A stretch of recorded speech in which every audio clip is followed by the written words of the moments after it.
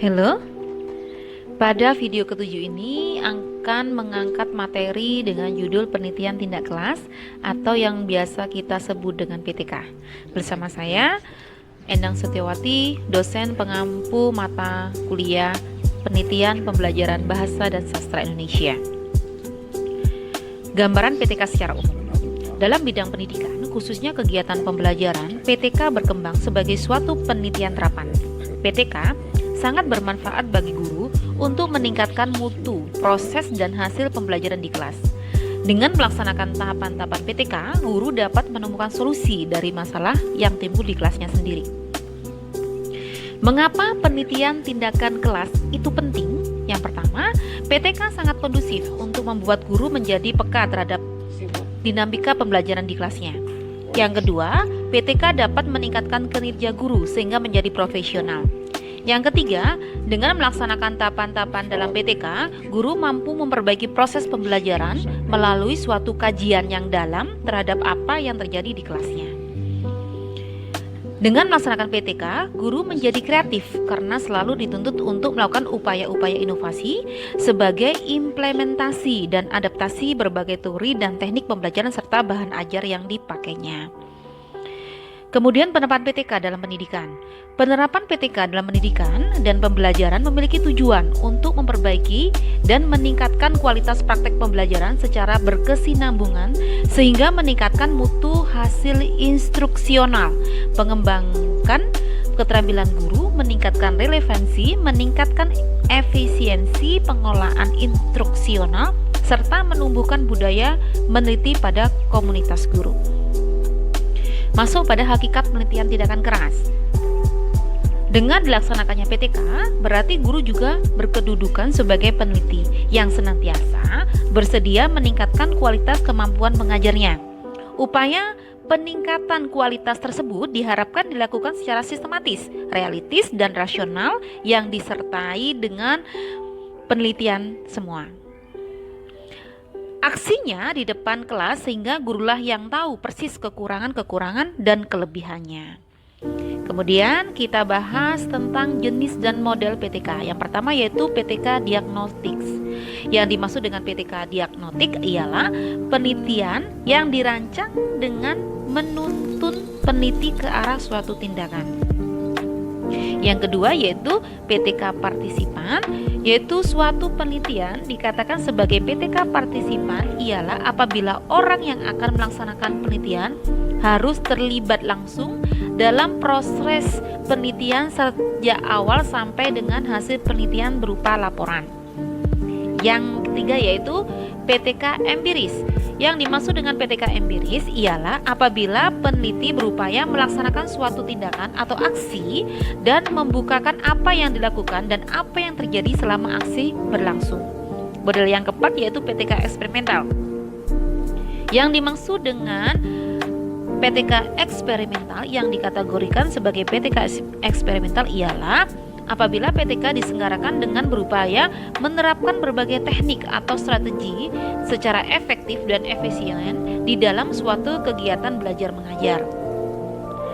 Kemudian ada beberapa model PTK yang sampai saat ini sering digunakan di dalam dunia pendidikan. Di antaranya yaitu yang pertama model Kurt-Lewin, yang kedua model Chemis and McTaggart, yang ketiga yaitu model John Elliott, and then yang keempat yaitu model Dave Edborn. Pelaksanaan penelitian tindak kelas. Pada dasarnya, PTK terdiri dari 4 tahapan dasar yang saling terkait dan berkesinambungan. Yang pertama yaitu perencanaan atau bisa kita sebut dengan planning. Yang kedua yaitu pelaksanaan yang disebut dengan acting. Yang nomor 3 yaitu pengamatan yaitu observing, and then yang keempat yaitu refleksi atau reflecting. Tahapan pra-PTK itu meliputi 4 hal. Yang pertama yaitu identifikasi masalah, yang kedua analisis masalah, yang ketiga rumusan masalah, yang keempat yaitu rumusan hipotesis tindakan. Beberapa pertanyaan yang dapat diajukan guna menuntut pelaksanaan tahapan PTK ialah sebagai berikut. Yang pertama yaitu apa yang memprihatinkan dalam proses pembelajaran? Yang kedua, mengapa hal itu terjadi dan apa sebabnya? Yang ketiga, apa yang dapat dilakukan dan bagaimana cara mengatasi keprihatinan tersebut. Yang keempat, bukti-bukti apa saja yang dapat dikumpulkan untuk membantu mencari fakta apa yang terjadi. Yang kelima, bagaimana cara mengumpulkan bukti-bukti tersebut. Barangkali dari hasil pelaksanaan tahapan pra-PTK inilah suatu rencana tindakan dibuat. Yang pertama yaitu perencanaan tindakan, pelaksanaan tindakan, pengamatan tindakan, dan refleksi terhadap tindakan. Menurut Iga Wardana dan Kuswaya Wirhadi tahun 2014 terhadap beberapa karakteristik penelitian tindakan kelas, yaitu yang pertama, adanya masalah dalam PTK dipicu oleh munculnya kesadaran pada diri guru bahwa praktek yang dilakukannya selama ini di kelas mempunyai masalah yang perlu diselesaikan. Yang kedua yaitu self-reflecting inquiry atau penelitian melalui refleksi diri, merupakan ciri PTK yang paling esensial. Untuk melakukan refleksi, guru berusaha bertanya pada diri sendiri, misalnya dengan mengajukan pertanyaan sebagai berikut. Yang pertama, apakah penjelasan saya terlalu cepat?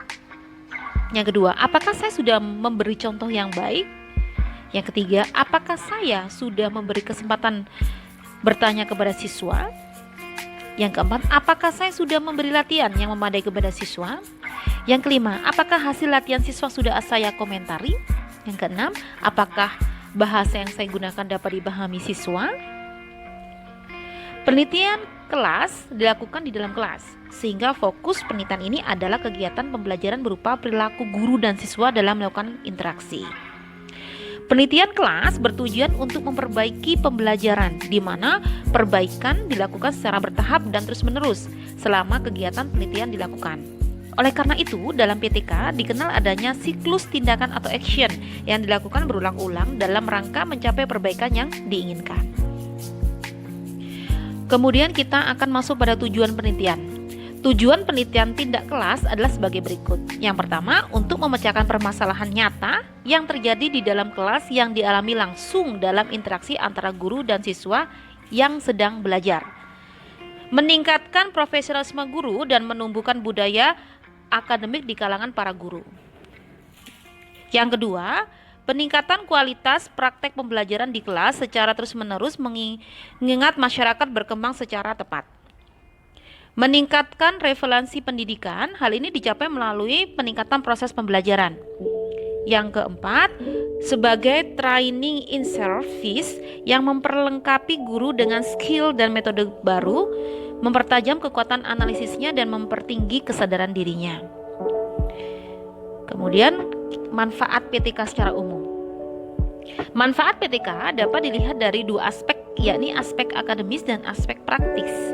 Aspek akademis, manfaatnya adalah untuk membantu guru menghasilkan pengetahuan yang sahih dan relevan bagi kelas mereka untuk memperbaiki mutu pembelajaran dalam jangka pendek.